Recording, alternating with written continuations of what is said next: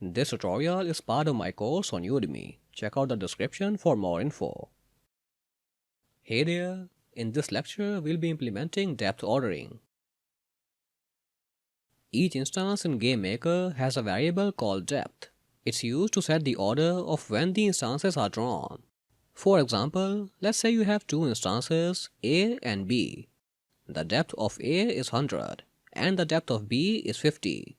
So when they are overlapping, B is going to be drawn above A. Now that's because B's depth is smaller than A's. So the lower depths are drawn in the front. So now if you set A's depth to -100, it's going to be drawn in the front. So we're gonna use this variable for the instances depth ordering. So let's begin. First of all, I'll open the game room. I'll open the background layer. I'll remove the background sprite by setting it to none. So now it's just a simple color. I'm gonna change it to look like grass. And now it looks better. Now let's work on the depth ordering. So I'll close the room. Now I'll go to Objects and open OController. Here I'll add an event. So I'll go under Step and select End Step. Now the end step events run after the step events. So we're gonna use this event for depth ordering. So all the instances are gonna move in the normal step event and then their depths will be calculated in this end step event. So in the event, I'll add this. Using with, you can basically run some code in another instance.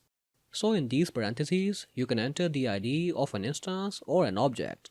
Then the following code will run in that instance.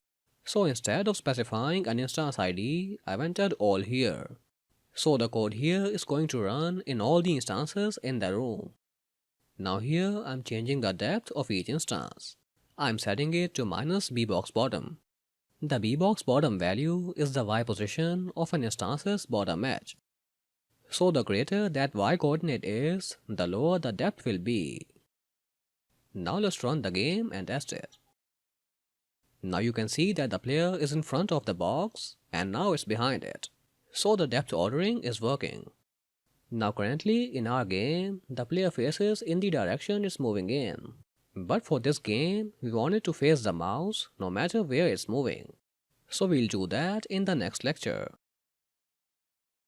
Thanks a lot for watching. If you're interested in the course, check out the description.